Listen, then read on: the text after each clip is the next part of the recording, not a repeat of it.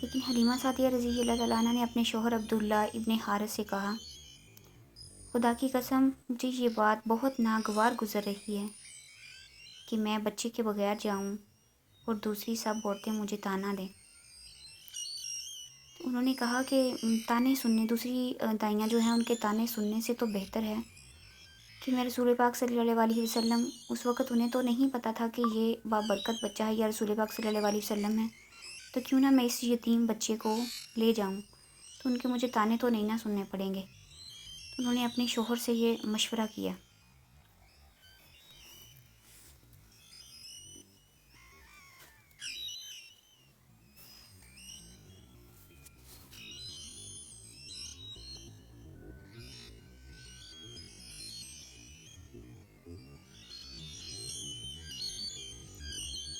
حضرت حلیمہ سعدیہ فرماتی ہیں کہ ساری عورتیں جو ہیں وہ بچے لے گئی ہیں، سب کو ایک ایک بچہ مل گیا، لیکن مجھے کوئی بچہ نہیں ملا، تو اس طرح سے اگر میں خالی ہاتھ واپس لوٹی تو وہ مجھے تانے دیں گی، اس لیے کیوں نہ ہم اس یتیم بچے کو لے جائیں۔ عبداللہ بن حارث جو کہ حضرت حلیمہ رضی اللہ تعالیٰ عنہ کے شوہر تھے، بولے کہ اس میں کوئی حرج نہیں ہے، ہو سکتا ہے اللہ اسی بچے کے ذریعے ہمیں خیر و برکت عطا فرما دے۔ سبحان اللہ، کتنی اچھی بات انہوں نے کہی، اور ہونے والا بھی ایسا ہی تھا، کیونکہ وہ کسی عام بچے کو نہیں بلکہ آخری پیغمبر حضرت محمد صلی اللہ علیہ وسلم، اور جن کے لیے یہ پوری دنیا بنائی گئی، ان کو اپنے گھر لے کر جانے والے تھے، اور خیر و برکت کیسے نہ ہوتی، وہاں پہ تو خیر و برکت کی ہر طرف روشنیاں پھیل گئی تھیں۔ اللہ پاک نے ان کے نصیب میں ایسا لکھا تھا کہ ان کی قسمت کھلنے والی تھی، ان کے گھر میں نہ صرف بلکہ ان کے جانوروں میں بھی، ان کے ہر چیز میں خیر و برکت آنے والی تھی۔ چنانچہ حضرت حلیمہ سعدیہ رضی اللہ تعالیٰ عنہ حضرت عبداللہ رضی اللہ تعالیٰ عنہ کے گھر گئیں۔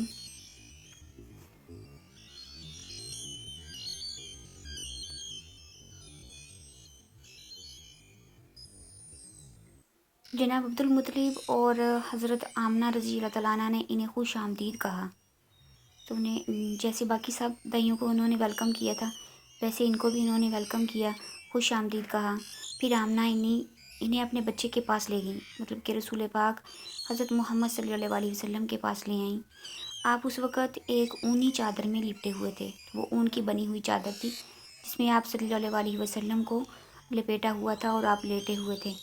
وہ چادر سفید رنگ کی تھی۔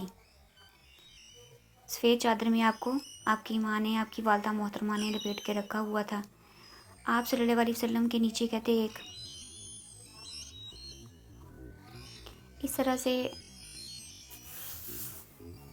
حضرت حلیمہ سعدیہ رضی اللہ تعالیٰ عنہ تھی، وہ آپ صلی اللہ علیہ وسلم کے گھر آئیں، آپ کے دادا جان اور آپ کی والدہ محترمہ سے بات کی، انہوں نے آپ صلی اللہ علیہ وسلم سے ملوایا، تو آپ کو آپ کی والدہ نے ایک اونی سفید رنگ کی چادر میں لپیٹ کے لٹایا ہوا تھا، اور اس کے نیچے جو تھا ایک کپڑا بچھا ہوا تھا، وہ سبز رنگ کا تھا اور ریشمی تھا، وہ تو بہت پیارا اور خوبصورت کپڑا تھا گرین کلر کا، تو وہ آپ کے نیچے بچھایا ہوا تھا، اور اس کے اوپر آپ صلی اللہ علیہ وسلم کو سفید چادر میں لپیٹ کر ڈالا ہوا تھا۔ آپ سیدھے لیٹے ہوئے تھے، آپ کے سانس کی آواز کے ساتھ مشک کی سی خوشبو نکل کر پھیل رہی تھی۔ سبحان اللہ، سبحان اللہ، کتنی پیاری اور کتنی خوبصورت بات ہے کہ آپ صلی اللہ علیہ وسلم جب سانس لیتے تھے تو آپ کی سانس کے ساتھ اتنی پیاری خوشبو آ رہی تھی۔ حلیمہ سعدیہ آپ صلی اللہ علیہ وسلم کی حسن و جمال کو دیکھ کر حیران رہ گئی، دنگ رہ گئی کہ ماشاءاللہ سے اتنا خوبصورت بچہ انہوں نے اس سے پہلے اتنا خوبصورت بچہ کبھی نہیں دیکھا تھا۔ آپ اس وقت سوئے ہوئے تھے، تو حضرت حلیمہ سعدیہ رضی اللہ تعالیٰ عنہ نے آپ صلی اللہ علیہ وسلم کو جگانا مناسب نہ سمجھا، لیکن یوں ہی انہوں نے پیار سے اپنا ہاتھ آپ کے سینے پر رکھا، آپ مسکرا دیے۔ سبحان اللہ، سبحان اللہ، کیا اور کتنا خوبصورت وہ وقت ہوگا کہ جب یہ سب کچھ ہوا ہوگا، ایسا لگ رہا ہے جیسے ہماری آنکھوں کے سامنے بھی ایسا ہی ہو رہا ہے۔ دل سے محسوس کریں تو کہ رسول پاک صلی اللہ علیہ وسلم لیٹے ہوئے ہیں، ان کا بچپن ہے، حضرت حلیمہ سعدیہ رضی اللہ تعالیٰ عنہ آئی ہیں اور ان کے سینے پہ ہاتھ رکھا ہے، تو آپ صلی اللہ علیہ وسلم جیسے چھوٹا بچہ مسکرا دے تو کتنا پیار آتا ہے سب کو۔ آپ صلی اللہ علیہ وسلم مسکرا دیے اور آنکھیں کھول کر آپ صلی اللہ علیہ وسلم حضرت حلیمہ سعدیہ رضی اللہ تعالیٰ عنہ کی طرف دیکھنے لگے۔ سبحان اللہ، سبحان اللہ، سبحان اللہ و بحمدہ، سبحان اللہ العظیم، کیا اللہ پاک کی رحمتیں ہیں اور برکتیں ہیں۔ حضرت حلیمہ سعدیہ رضی اللہ تعالیٰ عنہ فرماتی ہیں کہ میں نے دیکھا آپ کی آنکھوں میں سے ایک نور نکلا، سبحان اللہ، جو آسمان تک پہنچ گیا۔ میں نے آپ کو گود میں اٹھا کر آپ کی دونوں آنکھوں کے درمیانی جگہ پر پیار کیا، سبحان اللہ۔ حضرت حلیمہ سعدیہ کتنی خوش قسمت تھی جن کو اللہ پاک نے اتنا اعلیٰ مرتبہ جو تھا عطا فرمایا تھا۔ کہتے میں نے ان کو پیار کیا، پھر میں نے آپ کی والدہ اور عبد المطلب سے اجازت چاہی، مطلب آپ کے دادا جان رضی اللہ تعالیٰ عنہ سے اجازت چاہی، بچے کے لیے قافلے میں آئیں، پھر وہ بچہ لے کر قافلے میں آ گئیں۔ میں نے آپ کو دودھ پلانے کے لیے گود میں لٹایا تو آپ دائیں طرف سے دودھ پینے لگے۔ پہلے میں نے، وہ کہتی ہیں کہ بائیں طرف سے انہیں دودھ پلانے کے لیے لٹایا تو آپ صلی اللہ علیہ وسلم نے دودھ نہ پیا، سبحان اللہ، طرف سے دودھ پلانا چاہا لیکن آپ نے اس طرف سے دودھ نہیں پیا، مطلب آپ نے بائیں طرف سے دودھ نہیں پیا، طرف لیفٹ ہینڈ سائڈ سے آپ نے دودھ پینا نہیں سمجھا۔ ایک چھوٹے بچے کو کیا پتہ ہوتا ہے، لیکن آپ صلی اللہ علیہ وسلم تمام دنیا کے لیے رحمت للعالمین تھے، ہمارے آخری پیارے پیغمبر رسول صلی اللہ علیہ وسلم تھے، اس لیے کہتے دائیں طرف سے آپ فوراً دودھ پینے لگے۔ بعد میں میں نے یہی عادت رکھی کہ دائیں طرف سے رسول پاک صلی اللہ علیہ وسلم، مطلب کہ سیدھی طرف سے رسول پاک صلی اللہ علیہ وسلم دودھ پیتے تھے، اور دوسری طرف سے ان کا اپنا بچہ بھی تھا، بائیں طرف سے وہ اپنے بچے کو دودھ پلاتی رہیں۔ پھر کہتے قافلہ روانہ ہوا۔ حلیمہ سعدیہ رضی اللہ تعالیٰ عنہ فرماتی ہیں میں اپنے خچر پر سوار ہوئی، آپ کو ساتھ لے لیا۔ اب جو ہمارا خچر چلا تو اس قدر تیز چلا کہ اس نے پورے قافلے کی سواریوں کو پیچھے چھوڑ دیا، سبحان اللہ۔ پہلے جب وہ کہتی ہیں کہ میں آئی تھی تو میرا خچر جو تھا وہ بہت آہستہ چل رہا تھا، ایسے تھا جیسے مرا ہوا ہو، مطلب مریل تھا، مریل ہونے کی بنا پر سب سے پیچھے رہ جاتا تھا۔ میری خواتین ساتھی جو دائیاں اور بھی ان کے ساتھ قافلے کی صورت میں آئی تھی، حیرانگی سے مخاطب ہوئیں، اے حلیمہ، یہ آج کیا ہو رہا ہے؟ تمہارا خچر اس قدر تیز کیسے چل رہا ہے؟ کیا یہ وہی خچر ہے جس پر تم آئی تھی؟ پھر آگے دیکھیں حضرت حلیمہ سعدیہ رضی اللہ تعالیٰ عنہ ان کو کیا جواب دیتی ہیں۔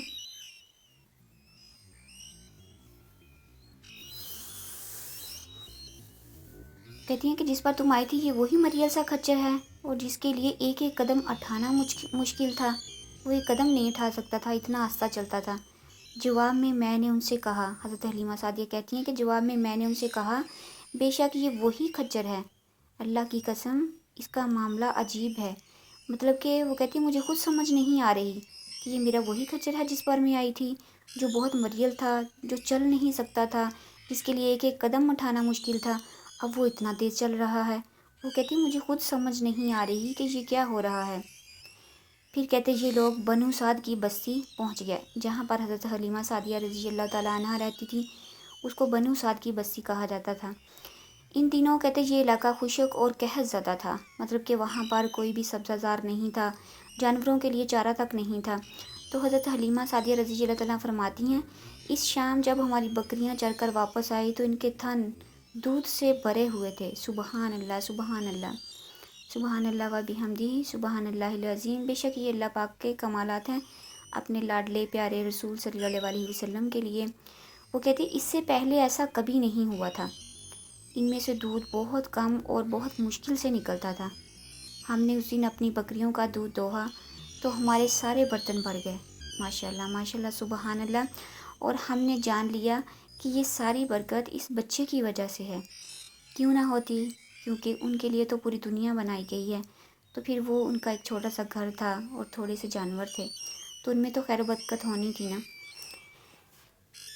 کہتی ہم نے یہ جان لیا کہ ساری خیر و برکت اسی بچے کی وجہ سے ہے۔ آس پاس کی عورتوں میں بھی یہ بات پھیل گئی، ان کی بکریاں جو تھی بدستور، مطلب دستور کے مطابق، روزانہ کی روٹین کے مطابق بہت کم دودھ دے رہی تھیں، غرض ہمارے گھر میں ہر طرف ہر چیز میں برکت ہی برکت نظر آنے لگی، سبحان اللہ۔ کیا خوبصورت وہ وقت ہوگا جب ایسا سب کچھ ہوا ہوگا۔ آج ہم محسوس کرتے ہیں تو ایسا لگتا ہے جیسے ہماری آنکھوں کے سامنے بھی ایسا ہو رہا ہے۔ کہتی وہ ہمیں نظر آنے لگے، دوسرے لوگ، مطلب انہیں اپنی گھر کی ہر چیز میں خیر و برکت نظر آنے لگی،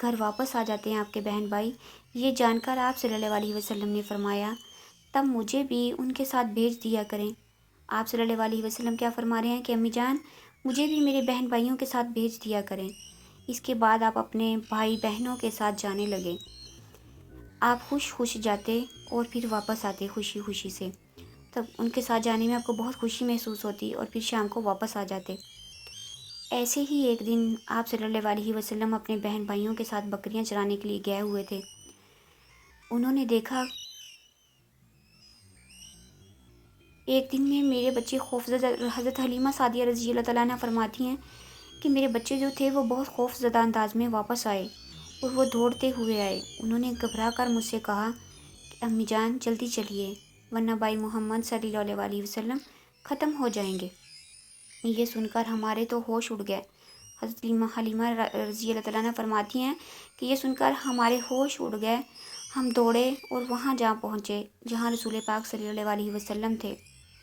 ہم نے آپ صلی اللہ علیہ وسلم کو دیکھا، آپ کھڑے ہوئے تھے، رنگ اڑا ہوا تھا، چہرے پر زردی چھائی ہوئی تھی، اور یہ اس لیے نہیں تھا کہ آپ کو سینہ چاک کیے جانے سے کوئی تکلیف ہوئی تھی، مطلب کہ اس وقت رسول پاک صلی اللہ علیہ وسلم کا پہلی بار سینہ چاک ہوا تھا، بلکہ ان فرشتوں کو دیکھ کر آپ کی حالت ایسی ہو گئی تھی کہ آپ کا رنگ جو تھا وہ زرد پڑ گیا اور آپ تھوڑے ڈرے ہوئے تھے، خوف زدہ تھے کہ میرے ساتھ پتہ نہیں کیا ہو گیا ہے۔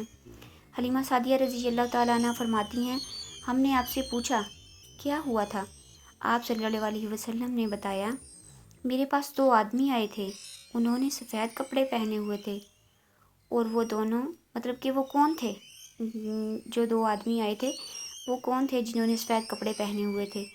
تو ان کے بارے میں یہ روایت ہے کہ وہ حضرت جبرائیل علیہ السلام اور حضرت میکائیل علیہ السلام تھے، مطلب اللہ پاک کی طرف سے 2 آئے ہوئے فرشتے تھے جنہوں نے آپ صلی اللہ علیہ وسلم کے سینہ مبارک کو چاک کیا تھا۔ کہتے ان دونوں میں سے ایک نے کہا، رسول پاک صلی اللہ علیہ وسلم کیا بتاتے ہیں حضرت حلیمہ سعدیہ رضی اللہ تعالیٰ عنہ کو کہ ان دونوں میں سے ایک نے کہا تھا کیا یہ وہی ہیں؟ تو دوسرے نے جواب دیا تھا ہاں یہ وہی ہیں۔ تو ایک آدمی نے آپ صلی اللہ علیہ وسلم فرماتے ہیں کہ یہ کہا کہ کیا یہ وہی ہیں، مطلب اسے پوچھ رہے تھے کہ جس کے پاس ہم آئے ہیں کیا یہ وہی ہیں؟ تو دوسرے نے جواب دیا کہ ہاں یہ وہی ہیں۔ تو اس طرح سے رسول پاک صلی اللہ علیہ وسلم حضرت حلیمہ سعدیہ رضی اللہ تعالیٰ عنہ کو بیان فرماتے ہوئے پھر کہتے ہیں کہ ہاں یہ وہی ہیں۔ ایک کے پوچھنے پر دوسرے نے ایسا کہا تھا، پھر وہ دونوں میرے قریب آئے، مجھے پکڑا اور لٹا دیا، اس کے بعد انہوں نے میرا پیٹ چاک کیا۔ وہ کہتے ہیں کہ وہ دونوں میرے قریب آ گئے، پہلے ایک دوسرے سے پوچھتے رہے کہ یہ وہی آدمی ہے جس کے پاس ہم آئے ہیں، یا یہ وہی بچہ ہے جس کے پاس ہم آئے ہیں؟